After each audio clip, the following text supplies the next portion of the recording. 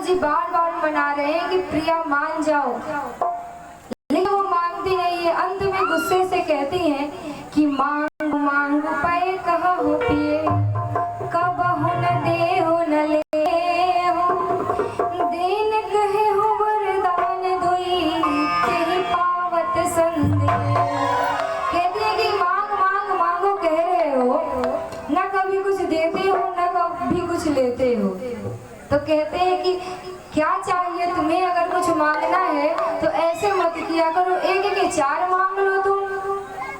तो कहती है कि क्या चार मांगू, अभी 2 वरदान तो आप दे नहीं रहे हो और 4 की बात कर रहे हो। देखिए लोग कहते हैं ना कि 1 नहीं 2 विवाह करेंगे, है ना भैया, लोग जानते होंगे, सबको मन में रहता है जब ताना मारना होगा अपनी पत्नी को क्या कहेंगे, अरे हम तो दूसरा विवाह करके हैं।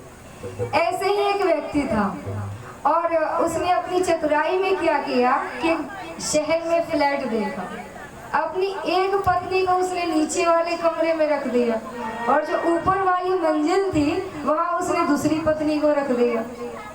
एक बार जैसे ही ऑफिस से आया वैसे ही बाइक की आवाज सुन करके उनकी दोनों पत्नियां सजग रहती थी कि कहीं उसके यहाँ ना चले जाए तो कहीं उसके यहाँ ना चले जाए, ये झगड़ा होते रहता था। अब जैसे ही बाइक की आवाज आई तो नीचे वाली जो थी ना तुरंत बाहर निकल गई और हाथ पकड़ के कहती है कि अंदर चलो, मैंने तुम्हारे लिए अच्छे अच्छे आलू के पराठे बनाए हैं, बहुत ही स्वादिष्ट बनाए हैं, एक बार खा करके देखो। अब वो बेचारा सोचा कि पत्नी है मना नहीं कर सकते, तो चला गया और वो पत्नी बड़े ही प्रेम से गरम गरम आलू के पराठे चटनी खिला रही है।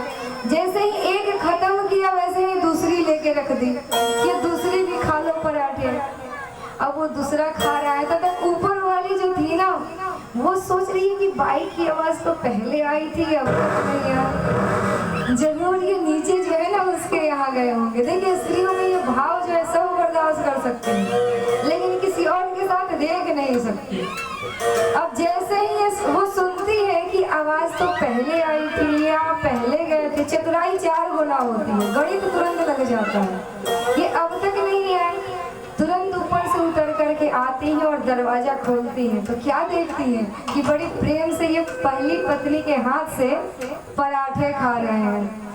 हाथ पकड़ती है और कहती है क्यों, मैं अच्छा भोजन नहीं बनाती क्या, जो इसके यहाँ बैठ के भोजन कर रहे हो, तुम्हें शर्म नहीं आ रही है, मैं कब से भोजन बना करके तुम्हारा इंतजार कर रही हूँ और तुम यहाँ बैठे हुए जिम रहे हो, जिमना मतलब भोजन करना होता है।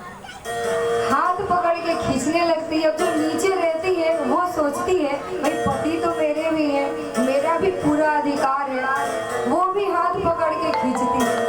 एक पत्नी एक हाथ पकड़ी है, दूसरी पत्नी दूसरी हाथ पकड़ी है, दोनों खींचे जा रही है खींचे जा रही है। तब तक एक पत्नी जो खींच रही होती है वो हाथ छूट गया, हाथ छूट गया, उसने बाल पकड़ लिए। यहाँ पति की चिंता नहीं है, जलाने की चिंता है, उसके यहाँ कैसे चलेगा। और देवी भागवत में आपने ये कहीं प्रसंग सुना होगा कि लक्ष्मी जी का मुख देख करके एक बार भगवान जी ऐसे ही हंस देते हैं। अब सोचिए जो देवी जी हैं तो उनके मन में ये आया कि आज हमारे श्री हरि हमारा मुख देखकर हंस क्यों दिए, बात क्या है, कहीं उन्होंने दूसरी का मुंह तो नहीं देख लिया, कहीं दूसरी सुंदर स्त्री तो नहीं पसंद आ गई। फिर मन में ही कई कल्पनाएं आती हैं, एक के बाद एक बातें, एक के बाद एक बातें। लक्ष्मी जी कहती हैं अरे मेरा मुख देखकर हंस रहे हैं, मतलब सुंदरी का मुख देखे होंगे, सुंदरी का मुख देखे होंगे, उन्हें घर में लेकर के आ जाएंगे, मेरी तो सौत आ जाएगी घर में। फिर सोचती है कि एक सौत आने से अच्छा है ऐसे पति ही ना रहे, विधवा होना मंजूर है पर सौत मंजूर नहीं है। सौत तुरंत शाप दे देती है कि जाइए आपका सर कट जाए।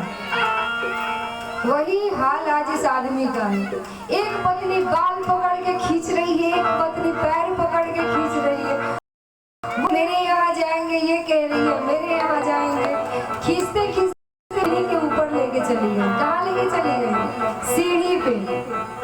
उसी समय एक चोर चोरी करके के आ रहा होता है, उसके हाथ में चोरी का सामान रहता है, सब चोर चोर कहते हैं। अब ये दोनों पत्नियां देखती है कि चोर है, सो सीढ़ी पर से ही दोनों की दोनों अपने छोड़ देती है। वो बेचारा सरकते सरकते सरकते नीचे आके ढम। अब चोर वो स्थिति देखता है तो भागना छोड़ देता है, कहता है भैया हमें पकड़ लो। जज के पास जाता है, जज कहते हैं कि तुमने चोरी किया? कहता है हाँ सरकार हमने चोरी की है। तो कहते हैं सजा तो तुम्हें मिलेगी। कहता है सरकार कुछ भी सजा देना, पर ये दो पत्नियों वाली सजा मत देना सरकार। मैंने आज इनकी स्थिति देख ली, इनके बाल आधे उखड़ गए, पैर आधे उखड़ गए। बोलिए सियावर रामचंद्र भगवान की। तो ऐसी होती, इसलिए कभी दो पत्नी के चक्कर में मत पड़िए, कहीं पे न रहिएगा, न यहाँ के ना वहाँ के। वही आज राजा दशरथ है। कहती है, ताने मारती है, आप कौशल्या जी के कारण हमें भूल गए, आप राम जी को राजा बनाना चाहते हैं, हमारे पुत्र को आप जेल में बंद करेंगे, कारागार में बंद करवा देंगे। राजा दशरथ जी कहते हैं कि हे देवी ऐसा नहीं, और कहा जाता है पूरे संसार को मनाना संभव है पर पत्नी को मनाना संभव नहीं है। उनने अगर हठ ठान ली तो कोई मना नहीं सकता। बार बार मना रहे मान जाओ, कहती है कि नहीं मानेंगे, मन में बात तो बैठ गई। अंत में जब कहते हैं कि हे प्रिय एक के बजाय 4 वर मांग लो, जैसे ही कहते हैं 4 वर मांग लो, सो तुरंत कहती है, अब इनके स्वार्थ की बात आ गई ना, अब इनका स्वार्थ आ गया कि मुझे मांगना क्या है। तो कहती है सुन हूँ